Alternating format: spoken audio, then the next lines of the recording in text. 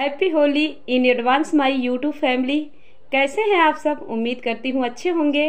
मैं अर्चना पांडे स्वागत करती हूँ आप लोगों का आपके यूट्यूब चैनल अवधि अर्चू में।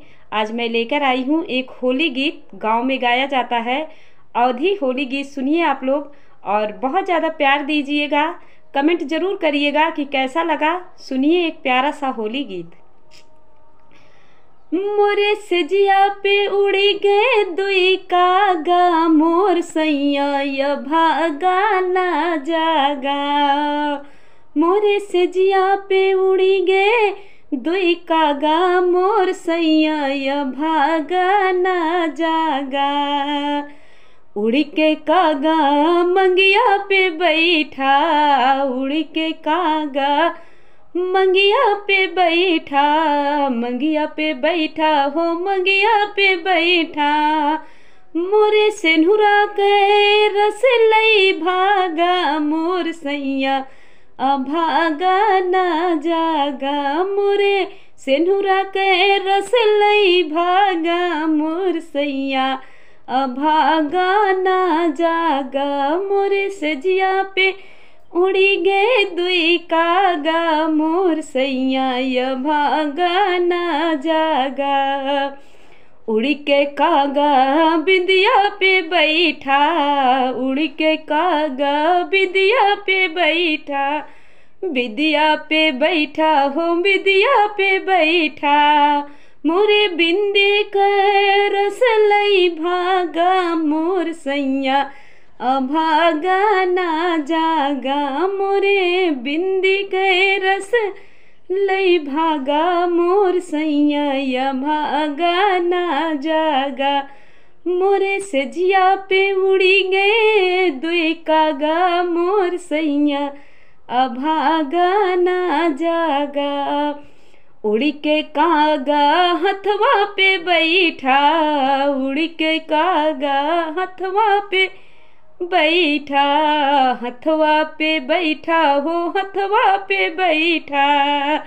मोरे मेहंदी के रस लई भागा, मोर सैया भागा ना जागा। मोरे मेहंदी के रस लय भागा, मोर सैया भागा ना जागा। मोरे सजिया पे उड़ी गए दुई कागा, मोर सैया भागा ना जागा। मोरे सजिया पे उड़ी गए दुई कागा, मोर सैया भागा ना जागा।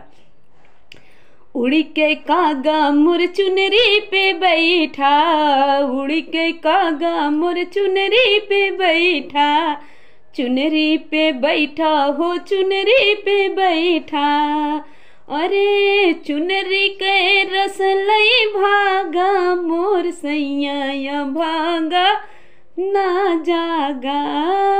चुनरी के रस लई भागा, मोर सैया भागा ना जागा। मोरे सजिया पे उड़ी गए दुई कागा, मोर सैया भागा ना जागा।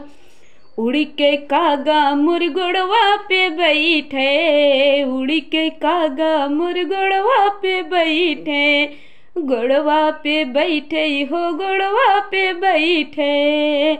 मोरे पायल के रस ले भागा, मोर सैया भागा ना जागा। मोरे महावर के रंग लई भागा, मोर सैया भागा ना जागा। मोरे सजिया पे उड़ी गए दुई कागा, मोर सैया भागा ना जागा।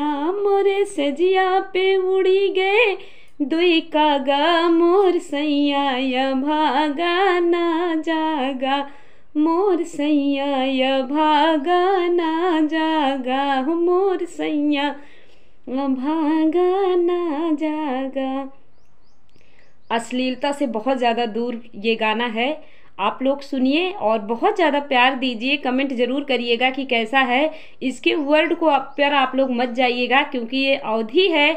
अवध में पैर को गोड बिंदी ऐसा ही वर्ड बोला जाता है, तो मैं शुद्ध रूप से अवधी गीत गाई हूँ। तो कमेंट में ज़रूर बताइएगा कि कैसा लगा है, और अच्छा लगा हो तो कमेंट करिएगा, एक लाइक भी कर दीजिएगा ताकि हमें प्रोत्साहन मिले और हम और भी ज़्यादा अच्छे अच्छे नए वीडियो आपके पास तक पहुंचाते रहें। तो नए हों तो हमारे चैनल को ज़रूर सब्सक्राइब करिएगा ताकि अगला नोटिफिकेशन आपको मिलता रहे।